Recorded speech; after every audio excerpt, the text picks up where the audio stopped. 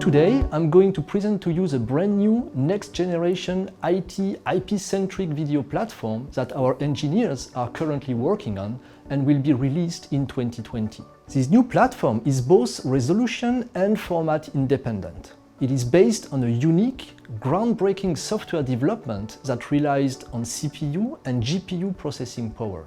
Resources are allocated with 100% efficiency, accessing performance that is currently impossible to get with systems that are limited by their hardware architecture.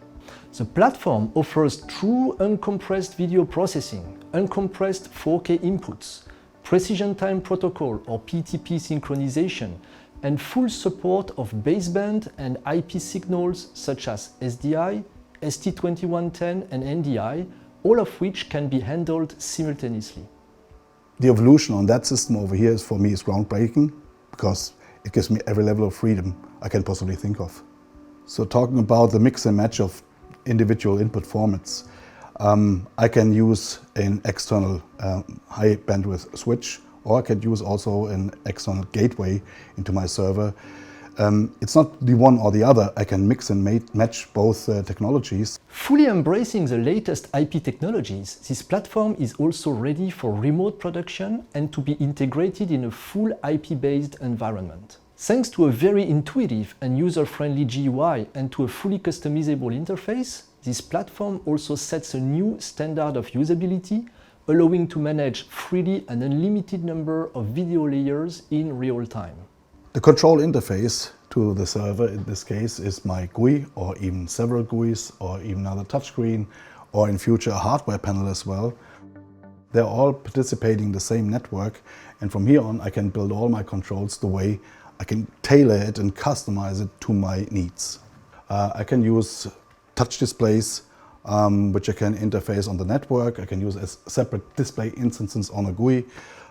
These are all the controls I can have today. Compositing wise, we can more compare this to, let's say, Photoshop or Final Cut, but for live video. That's the processing, what I'm using in here.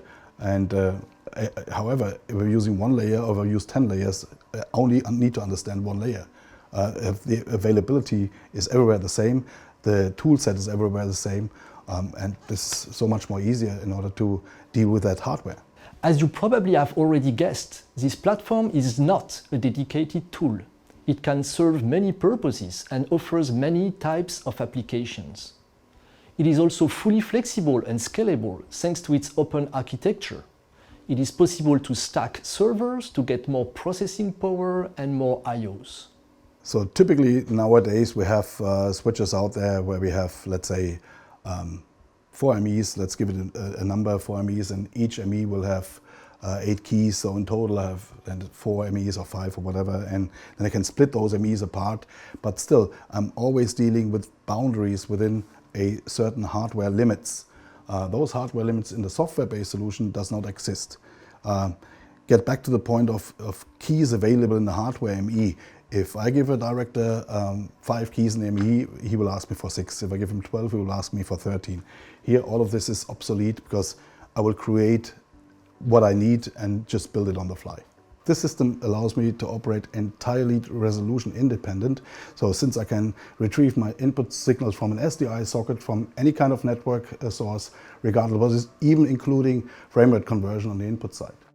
As we have mentioned, this platform is based on uncompressed video and is both resolution and format independent.